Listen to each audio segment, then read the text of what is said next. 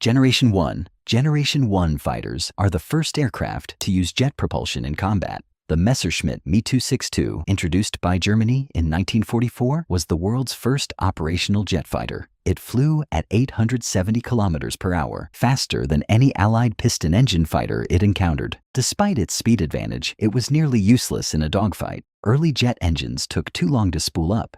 Pilots had to plan attacks in straight lines. The Me-262 shot down over 500 Allied aircraft. It never changed the war.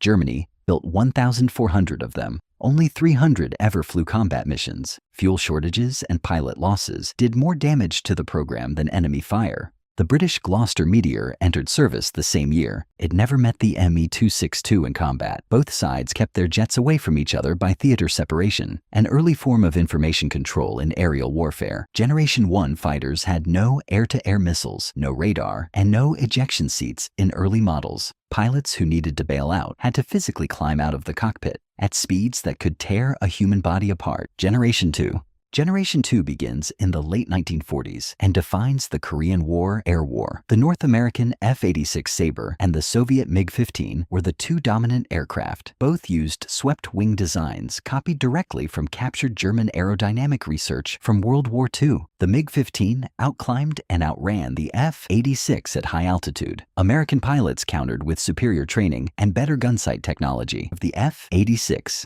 Declassified Soviet records suggest something closer to 1.3 to 1. Generation 2 introduced airborne radar, primitive by modern standards, capable only of detecting large targets at short range. It also introduced the first generation of air-to-air missiles. Early missile reliability was catastrophically low. Pilots were forced back into guns. The United States Navy created Top Gun in 1969 directly because of this failure.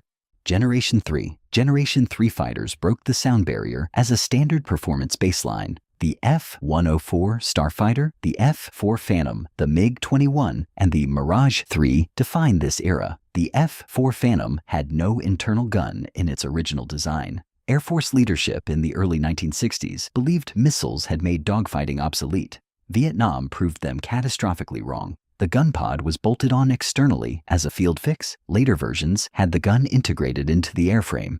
The MiG-21 is the most produced supersonic fighter in history. Over 11,000 were built. It is still in active service in at least 17 countries today. Its delta wing design gives it exceptional instantaneous turn rate. Its combat radius is so short that North Vietnamese pilots sometimes had to choose between engaging an enemy or having enough fuel to return to base. Generation 3 introduced beyond visual range combat as a concept. Though the technology to execute it reliably did not exist yet, it introduced electronic countermeasures, radar warning receivers, and the first electronic warfare suites. It also produced the highest pilot attrition rates of the jet age. During Vietnam, the average combat life expectancy of a forward air controller in a slow observation aircraft was measured in weeks.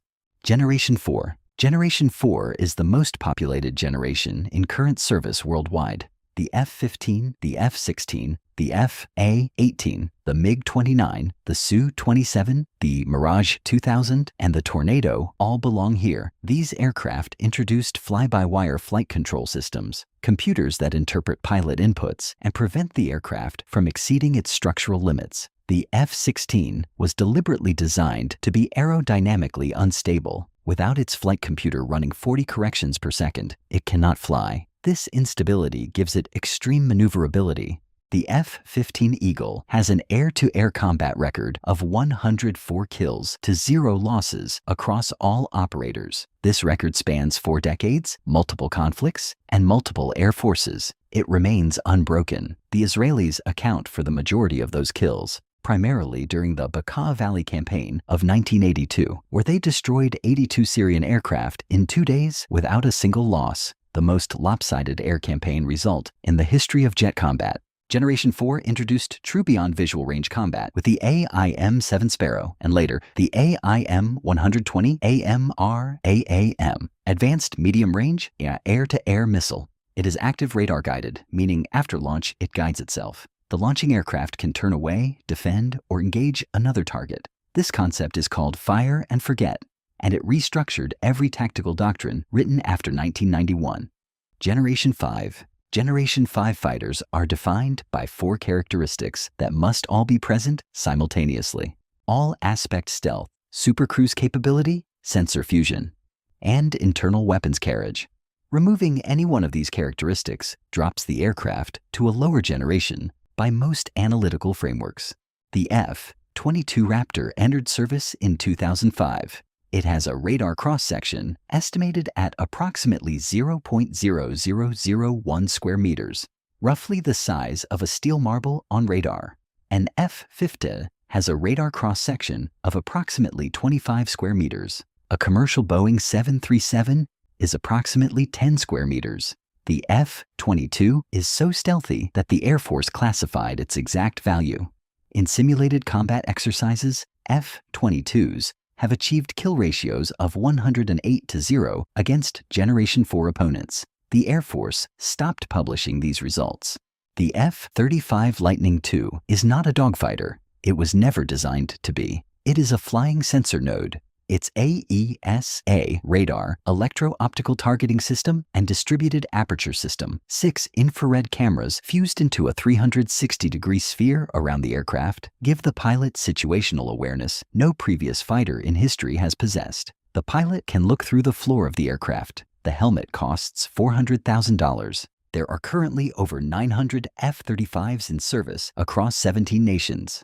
China's Chengdu J-20 entered service in 2017. It is China's first operational stealth fighter. Western analysts debate whether its stealth coatings match American 5th-generation standards. Its canard delta configuration likely compromises rear aspect stealth. Its engines are believed to limit sustained supercruise. The aircraft is optimized for long-range missile engagements, not close-in combat, a design philosophy that mirrors its intended use case: destroying high-value assets like tankers, airborne early warning aircraft, and carrier strike group support platforms before they can support a conventional engagement. Russia's Su-57 is officially classified as 5th generation by Russia. Western analysts classify it as Generation 4.5. Its radar cross-section is believed to be significantly larger than the F-22 or F-35. Only a small number are in operational service. One was lost in a crash during acceptance testing in 2019.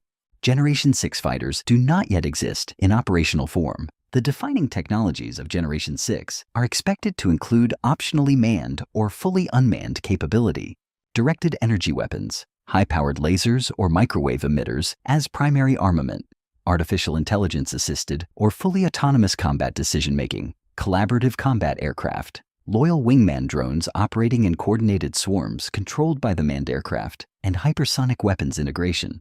The question Generation 6 answers is not how do we build a better fighter. It is whether a single crewed aircraft will remain the center of aerial warfare at all.